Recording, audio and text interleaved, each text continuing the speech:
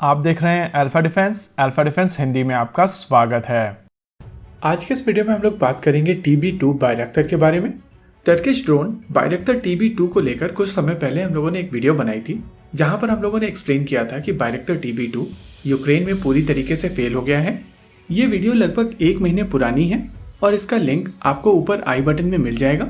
लेकिन इस वीडियो के आने के 2-3 दिन के बाद में 2-3 और फुटेजेस निकल कर आई थी, जहां पर क्लेम किया गया था कि ये स्ट्राइक्स बायरक्टर से की गई हैं। जिसके बाद कमेंट सेक्शन में आकर बहुत सारे लोगों ने लिखा था कि बायरक्टर अब सक्सेसफुल हो गया है। देखिए, यूक्रेन में जब कॉन्फ्लिक्ट इनिशियली स्टार्ट हुआ था तो रशिया की तरफ से क्रूज मिसाइल्स और बैलिस्टिक मिसाइल से हमले किए गए थे और इन हमलों में इन ड्रोन्स के जो ग्राउंड कंट्रोल स्टेशंस थे उनको पूरी तरीके से ध्वस्त कर दिया गया था। यहाँ पर आपको हम बता दें कि बायरक्टर TB2 में सैटेलाइट कम्युनिकेशन नहीं है। ये drones line of site communication के साथ में काम करते हैं और इसी वजह से जरूरी होता है कि ग्राउंड कंट्रोल स्टेशन इन ड्रोन्स के ऑपरेटिंग एरिया के पास में हो, और अगर इन ग्राउंड स्टेशंस के ऊपर बैलिस्टिक मिसाइल्स या आर्टिलरी फायर कर दिया जाता है तो प्रैक्टिकली ड्रोन कंट्रोलर ही खत्म हो जाता है। इस कॉन्फ्लिक्ट की शुरुआत में रशिया ने काफी हद तक कुछ इसी तरीके की अप्रोच यूज की थी और इसी वजह से शुरुआती दौर में बायरक्टर TB2 बिल्कुल भी डैमेज नहीं कर पाए थे। लेकिन टर्की की तरफ से पहले लॉट के बायरक्टर खत्म होने के बाद में यूक्रेन को और बायरक्टर ड्रोन सप्लाई किए गए थे, जिनमें से कुछ ने रशियन फोर्सेस के ऊपर थोड़ा डैमेज इन्फ्लिक्ट किया था। और वही समय था जब हमारी पुरानी वीडियो के ऊपर लोग आकर कमेंट कर रहे थे कि बायरक्टर फिर से सक्सेसफुल हो गया है।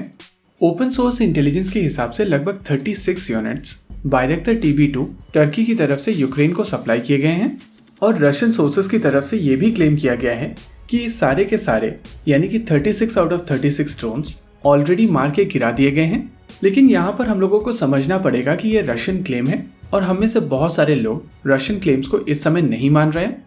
लेकिन यहाँ पर आपको एक चीज समझनी पड़ेगी कि जो लोग हर एक फुटेज को जहाँ पर एक एरियल प्लेटफॉर्म से ग्राउंड पर स्ट्राइक की जाती थी उसको बायरक्टर TB2 स्ट्राइक बता देते थे, ये लोग लगभग पिछले 3 हफ्ते से एक भी बायरक्टर TB2 स्ट्राइक नहीं दिखा पाए हैं और इसी वजह से जो रशियन क्लेम है वो काफी हद तक ऑथेंटिक लगता है।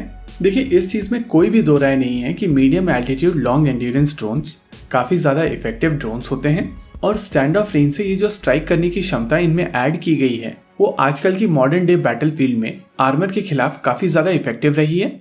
लेकिन जब बात आती है कंटेस्टेड एयर स्पेस की, यानी कि जहां पर surface to air missile systems मौजूद हैं, वहां पर ये medium altitude long endurance drones जिनमें ना शार्प होती है, ना फ्लेयर होती है, ना और किसी तरीके का काउंटर मेजर सिस्टम होता है, वो बहुत ज्यादा वल्नरेबल हो जाते हैं और ये surface to air missile systems in slow moving drones को काफी आसानी से न्यूट्रलाइज कर लेती हैं। इनफैक्ट आजकल के modern day attack helicopters short range air to air missiles के साथ में आते हैं और इन हेलीकॉप्टर्स में इंटीग्रेटेड ये air to air missile systems काफी आसानी से इन कंपैरेटिवली स्लो मूविंग टारगेट्स को हवा में ही बिना किसी थ्रेट के न्यूट्रलाइज कर सकती हैं। और क्योंकि इन ड्रोन्स में किसी भी तरीके का काउंटर मेजर नहीं होता है, इस वजह से इनकी सर्वाइवल के चांसेस बिल्कुल कम हो जाते हैं।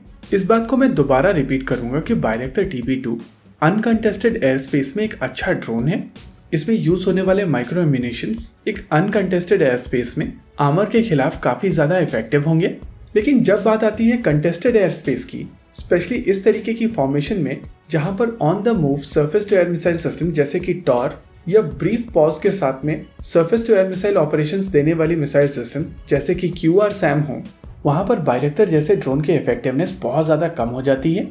और यही कारण है कि इस समय जो यूक्रेन में वॉर चल रही है, जहां पर दोनों पार्टीज की तरफ से जमकर प्रोपेगेंडा किया जा रहा है, वहां पर भी बायरक्टर स्ट्राइक की पिछले 3 हफ्तों से कोई भी फुटेज नहीं आई है। वैसे वेस्ट की तरफ से यूक्रेन को काफी हद तक पैसों से, वेपन सिस्टम से और इंटेलिजेंस से मदद की जा रही है।